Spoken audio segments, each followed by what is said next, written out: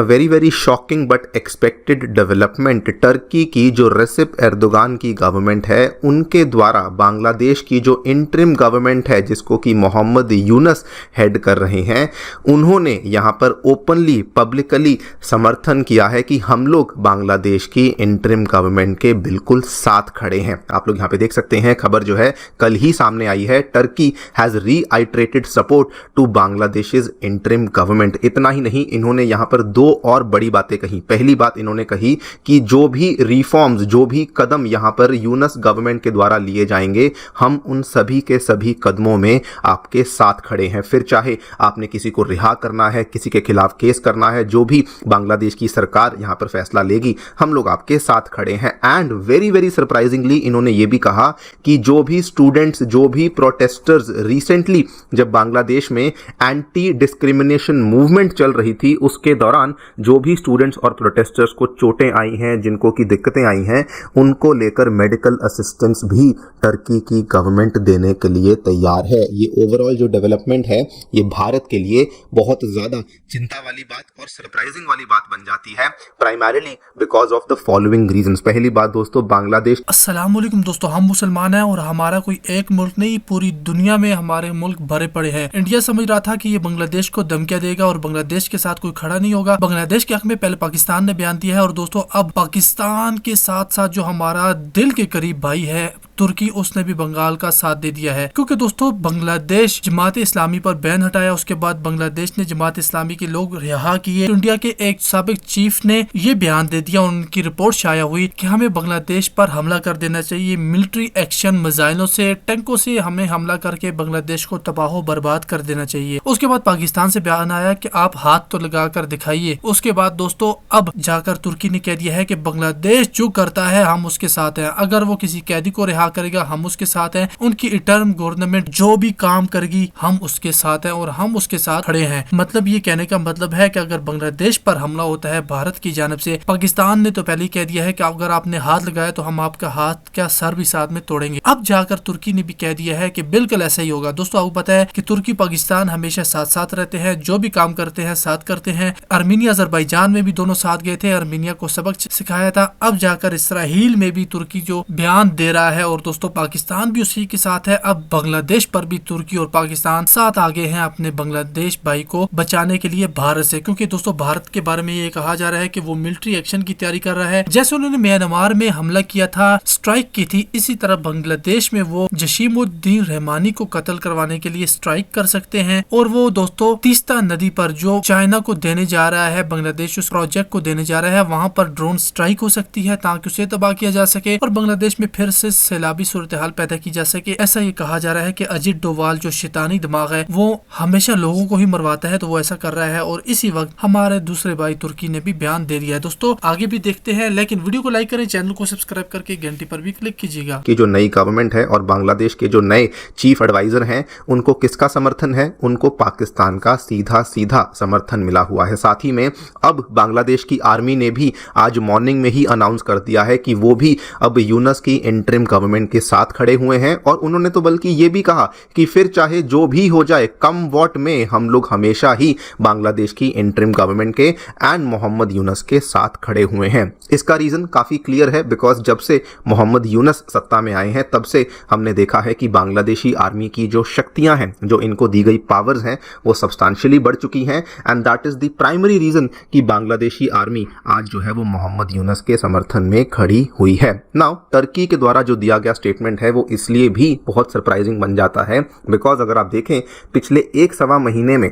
जब से बांग्लादेश में यूनस सरकार आई है तब से वो कई सारे ऐसे कदम ले चुकी है जो कि एंटी इंडिया कदम है, जो कि एंटी इंडिया सेंटिमेंट्स रखते हैं। जैसे कि पिछले महीने हमने देखा था कि बांग्लादेश के द्वारा जसीमुद्दीन रहमानी को रिहा किया गया था, जो कि एक प्रो अलकायदा यहाँ पे आतंकवादी है, जिसको कि हसीना गवर्नमेंट के द्वारा जेल में डाला गया था। लेकिन टर्की का यहाँ पर ये कहना है कि जो भी स्टेप्स बांग्लादेश की गवर्नमेंट ले रही है, हम लोग उस चीज़ में आपका हमेशा सपोर्ट करेंगे। फिर भले आप किसी प्रकार के कमीशंस ले आए, किसी प्रकार के यहाँ पर कुछ भी बदलाव लेकर आते हैं, तो हम लोग आपके साथ खड़े हैं। इसमें भी आपको बता दूं, यूनस गवर्नमेंट ने आज से 8-9 दिन पहले ये चीज़ को घोषित किया था कि हम लोग तब तक बांग्लादेश में लोकतांत्रिक चुनाव नहीं करवाएंगे पाएंगे जब तक कि हम लोग वाइटल रिफॉर्म्स बांग्लादेश में ना लेकर आए। एंड इसका मतलब यह है कि जब तक यहाँ पर नए रिफॉर्म्स नहीं आएंगे तब तक बांग्लादेश में मोहम्मद यूनुस की ही गवर्नमेंट रहने वाली है।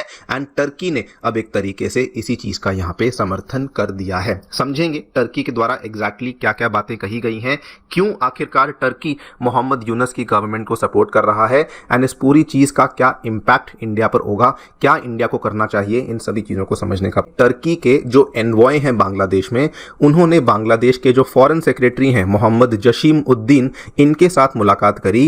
एंड इस मुलाकात में सबसे पहले तो इन्होंने एक कांग्रेचुलेशंस का लेटर था जो कि इनको सौंपा गया था। ये जो कांग्रेचुलेशंस का लेटर था टर्की की गवर्नमेंट के द्वारा दिया गया था। एंड ये इन्होंने कांग्रेचुलेट किया था इन फॉरेन सेक्रेटरी को इनकी अपॉइंटमेंट पे। एंड इवन इन्होंने यहाँ पे कांग्रेचुलेट किया था बांग्लादेश की नई गवर्नमेंट को। वैसे आपको बता दूं कि जब बांग्लादेश में मोहम्मद यूनुस की सरकार आई थी उसके जस्ट कुछ ही दिनों के बाद टर्की के जो प्रेसिडेंट है रेसिप अर्दोगान, इनकी फोन पर बातचीत हुई थी मोहम्मद यूनुस के साथ और इन्होंने कहा था कि अगर आपको किसी भी प्रकार की हेल्प चाहिए तो टर्की हमेशा आपके साथ खड़ा है। और अब टर्की ने एक बार फिर से अपने समर्थन को फिर से घोषित किया है।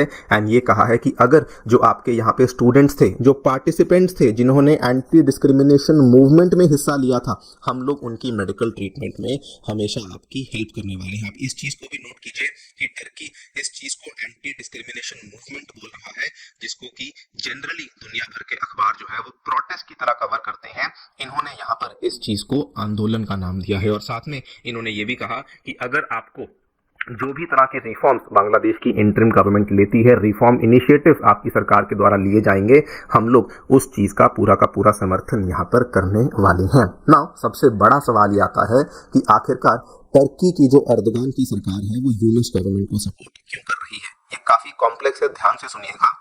अगर आप देखेंगे तो जब शेख हसीना की गवर्नमेंट थी बांग्लादेश में तो उस टाइम पे टर्की और बांग्लादेश के रिलेशंस बहुत अच्छे नहीं थे। केवल एक व्यापार था जो कि दोनों देशों में ठीक ठाक चल रहा था, बल्कि इसके आंकड़े काफी बढ़िया थे। लेकिन अगर बात करते हैं जियोपॉलिटिक्स की, अगर बात करते हैं भारत को लेकर, तो टर्की और बांग्लादेश कभी भी एक दूसरे को आई टू आई नहीं देखते थे। बिकॉज टर्की का जो स्टैंड है वो हम सभी जानते हैं क्या था, और शेख हसीना का जो स्टैंड था इंडिया को लेकर वो काफी नॉर्मल था। इनफैक्ट इन दोनों कंट्रीज के बीच के जो रिलेशनशिप्स हैं वो 2016 में काफी ज्यादा बिगड़ चुके थे। उस समय क्या हुआ था, टर्की ने बांग्लादेश को मल्टीपल टाइम्स इस चीज की रिक्वेस्ट करी थी कि बांग्लादेश में जो जमाते इस्लामी के नेताओं को बांग्लादेशी सरकार ने जेल में डाला हुआ है, उन सभी नेताओं को जेल से निकाला जाए। लेकिन बांग्लादेश ने साफ साफ मना कर दिया कि हम लोग टर्की की ये वाली रिक्वेस्ट को बिल्कुल भी ऑनर नहीं करेंगे। एंड वो टाइम था जब दोनों देशों के बीच की जो डिप्लोमेटिक रिलेशनशिप थी वो काफी ज्यादा खराब हो चुकी थी। अब इससे हमें यहां पर भी समझ आ चुका था कि टर्की जो है वो क्लियरली जमाते इस्लामी को सपोर्ट करती है। एंड अब आप देखिए, जैसे ही शेख हसीना की गवर्नमेंट यहां पर बांग्लादेश में गिरी, इमीडिएटली दोस्तों यूनुस गवर्नमेंट जब वापस आती है, सबसे पहला कदम इन्होंने क्या किया, जमाते इस्लामी की पार्टी के ऊपर जो बैन लगाया हुआ था उस बैन को यहां पर हटा दिया। एंड टर्की हम सभी जानते हैं जमाते इस्लामी के फेवर में थी। आज जो जमाते इस्लामी है वो भी दोस्तों इंटरिम गवर्नमेंट के फेवर में है, और वो भी ये चाहती है कि जितना समय हो सके हम चाहते हैं कि इंटरिम गवर्नमेंट ही यहां पर सत्ता में रहे। और अब ध्यान से देखिए, जमाते इस्लामी का कश्मीर मुद्दे को लेकर हम सभी जानते हैं क्या स्टैंड है। अब देखिए दोस्तों, जमाते इस्लामी और साथ में टर्की वो एक तरीके से साथ में आ चुके हैं। इस पूरे के पूरे मैथ को समझिए कि पहले मोहम्मद यूनुस को सपोर्ट मिली जमात से, अब यूनुस को सपोर्ट मिल चुकी है टर्की गवर्नमेंट से। जमात ऑब्वियसली एंटी इंडिया है, टर्की भी हम सभी जानते हैं कश्मीर को लेकर क्या स्टैंड रखती है। जमात को दूसरी तरफ से पाकिस्तान से भी सपोर्ट है। तो अब आप देख लीजिए कि इंडिया एक तरफ है, दूसरी तरफ बांग्लादेश है, जिसके समर्थन में कौन है, जमात है, जिसके समर्थन में कौन है, पाकिस्तान है, और जिसके समर्थन में आपको अब टर्की भी देखने को मिल रही है। ये पूरी की पूरी सिचुएशन भारत के लिए ओवरऑल बहुत कंसर्निंग बन जाती है, स्पेसिफिकली हमारे कश्मीर मुद्दे के लिए काफी ज्यादा कंसर्निंग बन जाती है। इसके पहले हम सभी जानते हैं कि पाकिस्तान का स्टैंड कश्मीर मुद्दे को लेकर क्या है। उसके अलावा दोस्तों टर्की का स्टैंड हम सभी जानते हैं कश्मीर मुद्दे को लेकर क्या है। आज से नहीं, सन 2020 से, इनफैक्ट मैं कहूंगा 2019 से ही टर्की की जो गवर्नमेंट है वो हर बार जब भी मौका मिलता है कश्मीर मुद्दे को यूएन के मंच पे उठाती है। 2019, 2020, 21, 22 एंड पिछले साल भी टर्की के द्वारा कश्मीर मुद्दे को उठाया गया था। भारत के आर्टिकल 370 के